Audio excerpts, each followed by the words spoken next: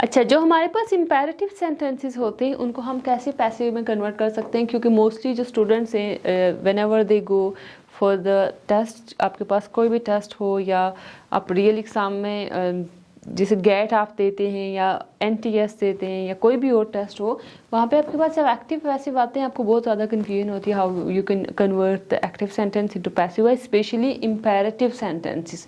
Imperative sentences क्या होते हैं कि a sentence that express request, advice or order, for example respect the elders, अब ये क्या है, this is an advice।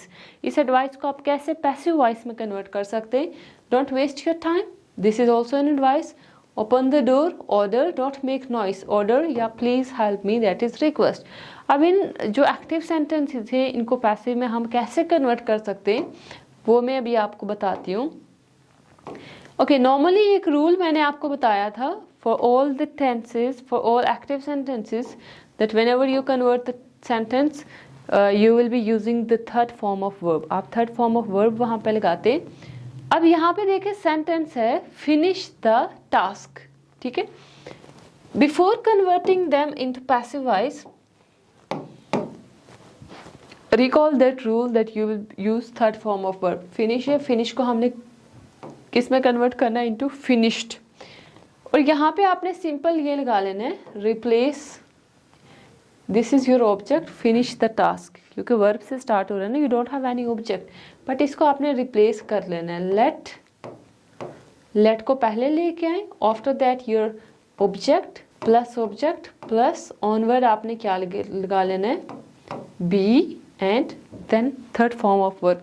Like जैसे यहाँ पे मैंने किया है फिनिश द टास्क, लेट, पहले आपने लेट लगाया बिफोर इम्पेरेटिव सेंटेंसेस अगर आपने पैसिव में कन्वर्ट करना है, after that object the task and उसके बाद आपने क्या लगाना है, be finished, let the task be finished, don't waste your time. अब ये क्या है, दिस इज एन एडवाइस को हमने कैसे करना है convert, let the time not be wasted, let the time not be wasted।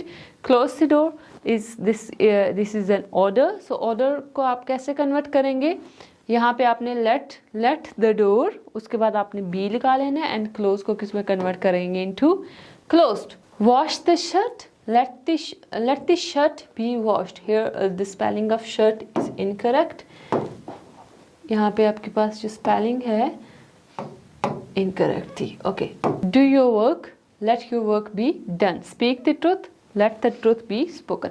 अब ऑनवर्ड हमारे पास कुछ you have completed all the rules, हमने सारे रूल्स डिस्कस कर लिए हैं that according to the tenses कैसे कन्वर्ट करते हैं एक्टिव सेंटेंसेस को पैसिव वॉइस में, plus how we can convert the modal verbs जो हमारे पास हैं या पास्ट मॉडल्स हैं उनको कैसे कन्वर्ट कर सकते हैं, how we can convert imperative sentences. The last thing is we have some rules that sentences which can't be converted into plural verbs।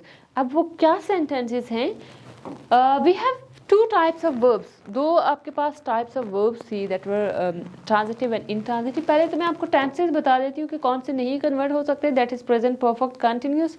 perfect continuous आपके पास जितने हैं you can't convert them into plural, and then in addition to this you have future continuous tense and all perfect continuous tenses, you can't convert them into the plural। अब कुछ sentences ऐसे हैं, verb मैंने आपको बताया that verb or sentences have two categories, one is transitive and the other one is intransitive। अब जो transitive verb होते हैं वो क्या होते हैं कि transitive verb is a verb that requires an object to complete its meaning, उसमें एक ऑब्जेक्ट की आपको ज़रूरत होती है so that it can give sense.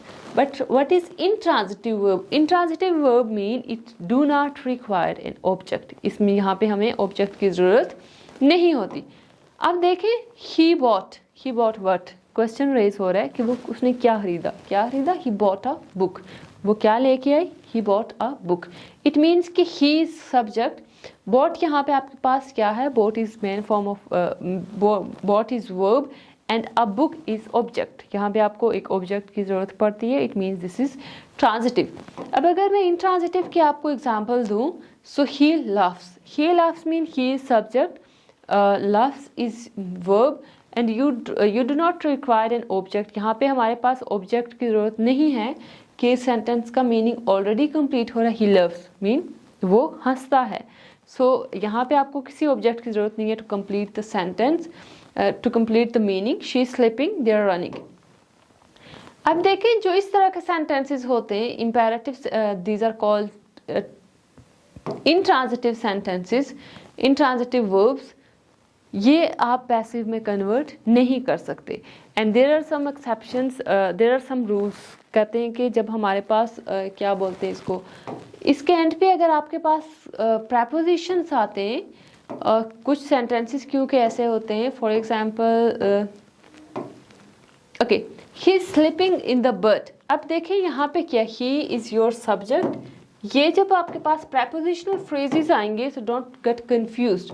ये क्या था, ही is subject, sleeping is your verb and in is again preposition, on is preposition.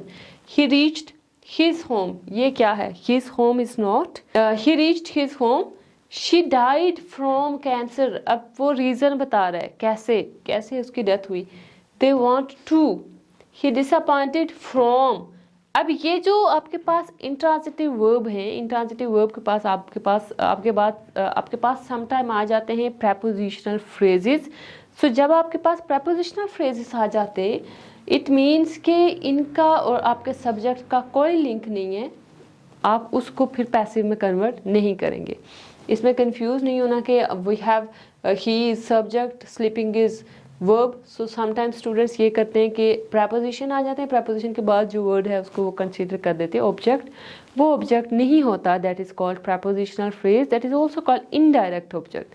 आप कन्वर्ट कर सकते हैं डायरेक्ट ऑब्जेक्ट को इन पैसिव वॉइस, ठीक है। ओके, ये थे कुछ, today we have completed all active passive rules जितने हमारे पास थे, in that which sentences we can't convert into passive voice, transitive and intransitive verb। इंशाल्लाह मिलते हैं अपनी नेक्स्ट वीडियो में। थैंक यू सो मच, अल्लाह हाफिज़।